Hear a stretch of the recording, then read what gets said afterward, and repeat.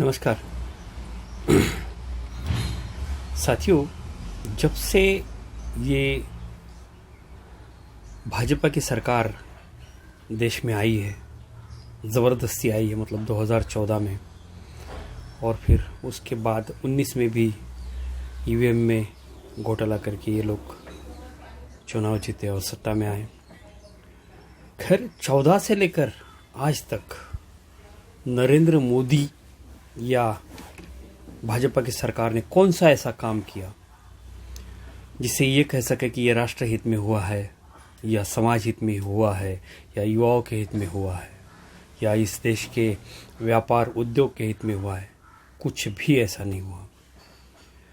जैसे ये इंसान आया, इसने एक ही चीज़ पर फोकस किया है, पैसा। व्यापारी माइंड का आदमी है, गुजरात राज्य से आता है, और वैसे वहाँ मुख्यमंत्री रहते हुए कैसे पैसा इकट्ठा कर ले, सारा ज्ञान इसने पहले ही जुटा लिया था। इसका पूरा फोकस जो है वो पैसा इकट्ठा करने पर है। ये जानता है कि पैसे से कुछ भी खरीदा जा सकता है, किसी को भी खरीदा जा सकता है। वही हो रहा है। खैर इसने नोटबंदी के माध्यम से बहुत बड़ा घोटाला किया, सोची समझी लूट की इस देश की। भाजपाइयों का, पार्टी का सारा जो काला धन था सफेद कर लिया, लोगों को काले धन के नाम से गुमराह कर दिया, लोग भटक गए। 150-200 लोग बैंकों के लाइन में मर गए। उसके बाद जीएसटी के नाम से इसने पूरे भारत को ऐसे लूटा कि पूरा कंगाल कर दिया। एक एक वस्तु का कर कितनी बार लिया जा रहा है किसी को कुछ पता नहीं है। मैन्युफैक्चरर भी जीएसटी भर रहा है, होलसेलर भी भर रहा है, रिटेलर भी भर रहा है, और कस्टमर भी भर रहा है।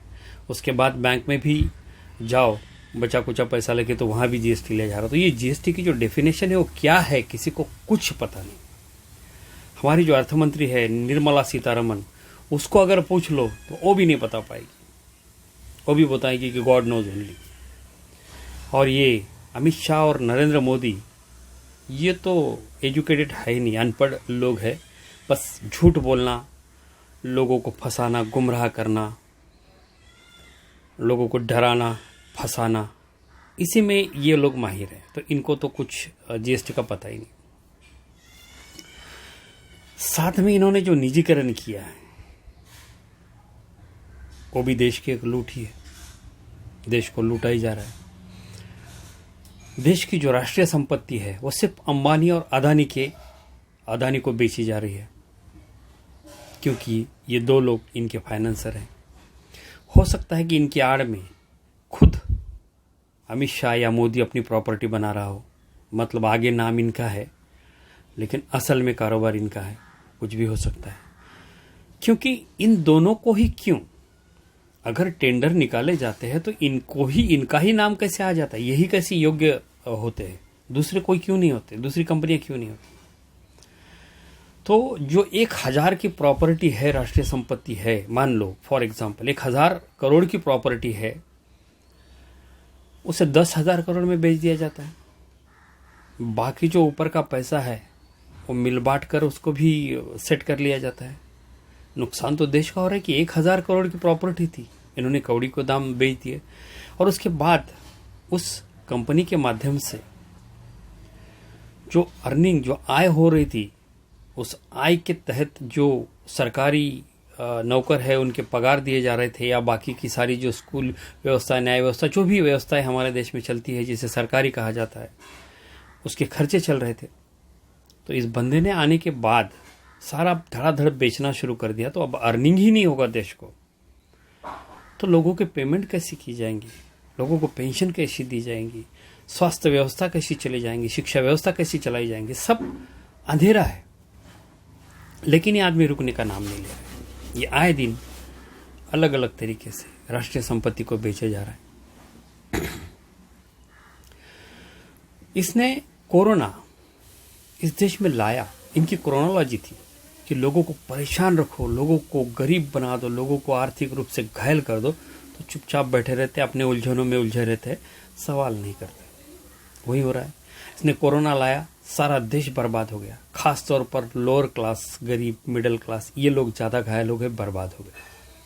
अमीरों के पास तो कुछ जमा पूंजी होती है तो उसमें उनका घर चल रहा है, लेकिन अभी बाकी के लोगों की भीख मांगने की नौबत आ गई है बाकी के लोगों पर, और भूखे रहने की वजह से मरने की नौबत आ गई है।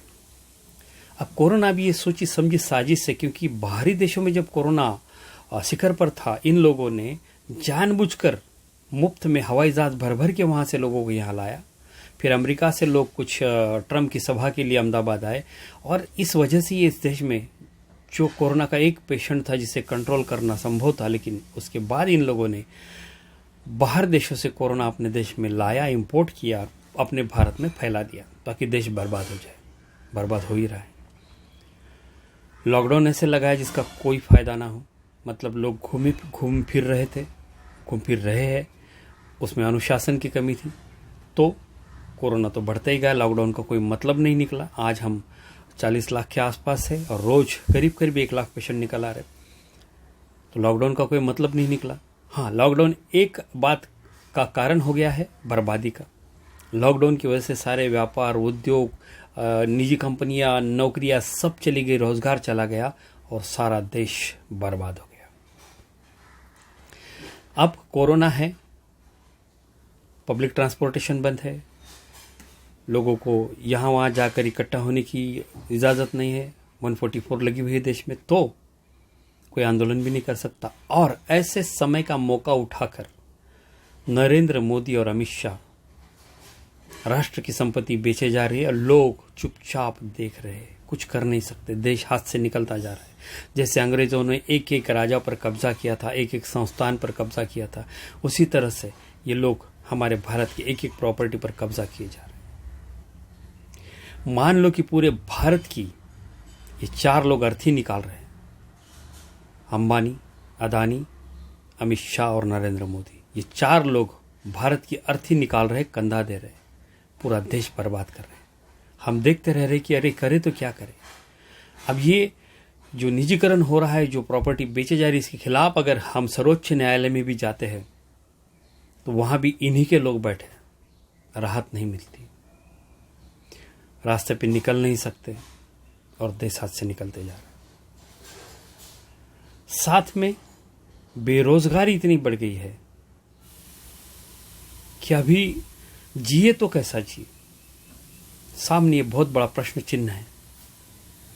कोई आय का रास्ता ही नहीं बचा है, घर में था सब खत्म हो गया है, अब करे क्या।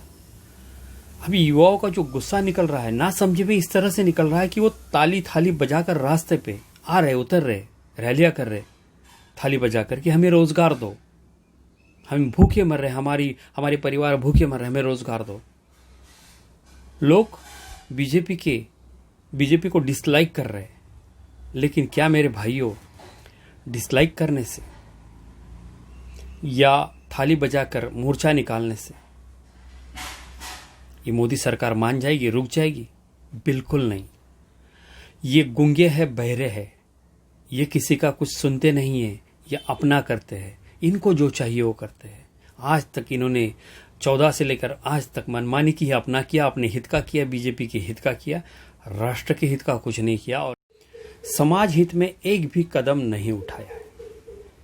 ना इन्होंने रोजगार निर्माण किया है, ना इन्होंने उद्योग को, व्यापार को बढ़ावा दिया है, कुछ भी नहीं। जब से आए तब से सिर्फ लूटना इनका मकसद था और ये लूटे जा रहे देश को। इनमें कोई संवेदना नहीं है, इनको किसी के दुख दर्द देखकर कोई अफसोस नहीं होता, दुख नहीं होता। ये बड़े बेरहम दिल लोग हैं। इनको इस देश के लोगों की आवाज सुनाई नहीं देती है, देश के लोगों की भावना समझ में नहीं आती है, समझना ही नहीं चाहते ये। तो आपके इस तरह से डिसलाइक करने से या थाली बजाकर मोर्चा निकालने से कुछ फर्क नहीं पड़ने वाला, या आपकी तरफ देखेंगे नहीं, सुनेंगे नहीं। अब वक्त है ये देशद्रोही मोदी को पिछवाड़े पे लात मार के भगाने का। एक ही चीज की मांग होनी चाहिए पूरे देश में, हर एक के मुंह से, कि नरेंद्र मोदी तू इस्तीफा दे, तेरी योग्यता नहीं देश चलाने की। गलती हो गई 2014 में, जो तेरे झूठे वादों में आ गए, तेरे बहकावे में आ गए और तुझे वोट दिया। उसके बाद 5 साल में तूने एक भी हित का काम नहीं किया। उसके बावजूद भी तू 19 में ईवीएम मैनेज करके चुनकर आया है, फिर भी तो ठीक से सरकार नहीं चला रहा है, बल्कि देश को लूटे जा रहा है, देश को बर्बाद किए जा रहा है, लोगों को बर्बाद किए जा रहा है। देश का जीडीपी आज -24 हो गया है। किस तरह का प्राइम मिनिस्टर है, किस तरह का देश चलाता है, फिर भी इसे कोई अफसोस नहीं है, दुख नहीं है, दर्द नहीं है, इसके चेहरे पे कोई लकीर नहीं है दुख की, चिंता की। इसके हिसाब से जैसा इसने तय किया था इस देश को बर्बाद करने का, वैसा ही हो रहा है। इसे नफरत है गरीबों से, पिछड़े लोगों से। आज कोरोना की वजह से कौन मरेगा? गरीब मरेगा। अमीर तो अपना इलाज निजी अस्पताल में जाके महंगे डॉक्टर्स महंगा इलाज करके बच भी सकता है, लेकिन आप कहां जाओगे? सरकारी अस्पतालों में जगह नहीं है, आप कहां जाओगे? आपका मरना तो तय है। तो अब इसके जो इरादे हैं उसमें इन लोगों को सफल नहीं होने देना चाहिए। इनके कूल्हे पे लात मारकर भगाना चाहिए इनको, और इस्तीफा मांगना चाहिए। हर एक ने इस्तीफा मांगना चाहिए। अपनी आवाज़ को सोशल मीडिया से उठाना चाहिए। अपनी जो हालात है, देश के हालात है और इनके बारे में आप क्या सोचते हो, सोशल मीडिया पर शूट करके, लिख करके डालना चाहिए, ताकि ये बात भारत देश में फैले और पूरे दुनिया में फैले और सबको इस मोदी का और नरेंद्र मोदी का और अमित शाह का असली चेहरा समझ में आ जाए। मैं उम्मीद करता हूं साथियों कि आप भी देश के बारे में, इनके बारे में वास्तव में सोचोगे। शुक्रिया।